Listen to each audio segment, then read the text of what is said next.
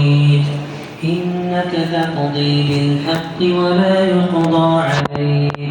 إنه لا يذل من واليت ولا يعز من عاديت تباركت ربنا وتعاليت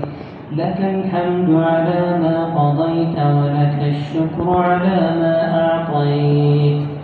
نستغفرك اللهم من جميع الذنوب والخطايا ونتوب إليك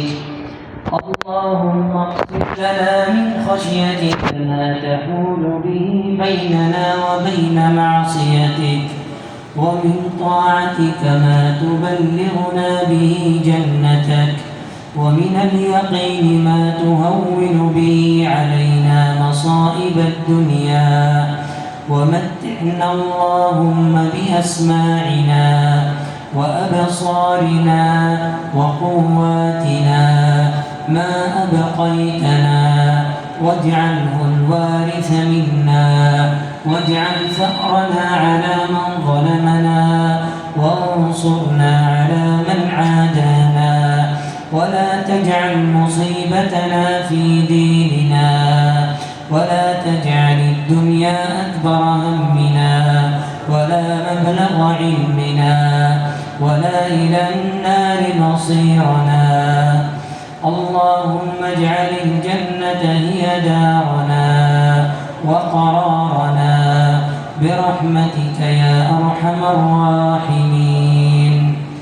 اللهم إنا نسألك من الخير كله عاجله وآجله ونعوذ بك اللهم من الشر كله عاجله وآجله ما علمنا منه وما لم نعلم يا رب العالمين اللهم بلغنا فيما يرضيك آمالنا اللهم علمنا وانفعنا بما تعلمنا يا حي يا قيوم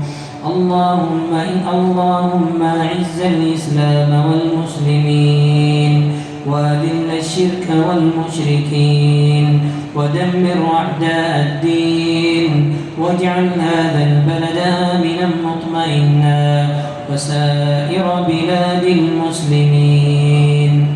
اللهم كن لإخواننا المستضعفين في سائر الأوطان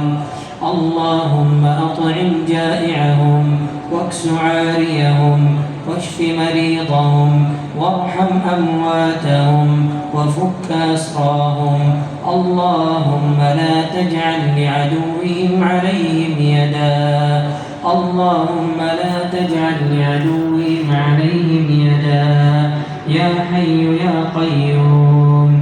ربنا ظلمنا أنفسنا وإن لم تغفر لنا وترحمنا لنكونن من الخاسرين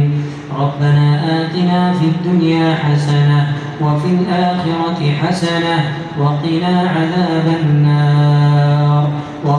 عذاب النار وأدخلنا الجنة مع الأبرار يا عزيز يا غفار يا رب العالمين اللهم اغفر لآبائنا وأمهاتنا كما ربونا صغارا اللهم من كان حيا فامد في عمره على طاعتك ومن كان ميتا فأوسع له في قبره مد بصره وأنزل على قبره شآبيب الرحمات يا حي يا قيوم يا رب العالمين اللهم اجمعنا بهم في جناتك جنات النعيم يا رب العالمين اللهم إنا نعوذ برضاك من سخطك وبعفوك من عقوبتك وبك منك لا نحصي ثناء عليك أنت كما أثنيت على نفسك اللهم صل وسلم على نبينا محمد وعلى آله وصحبه أجمعين.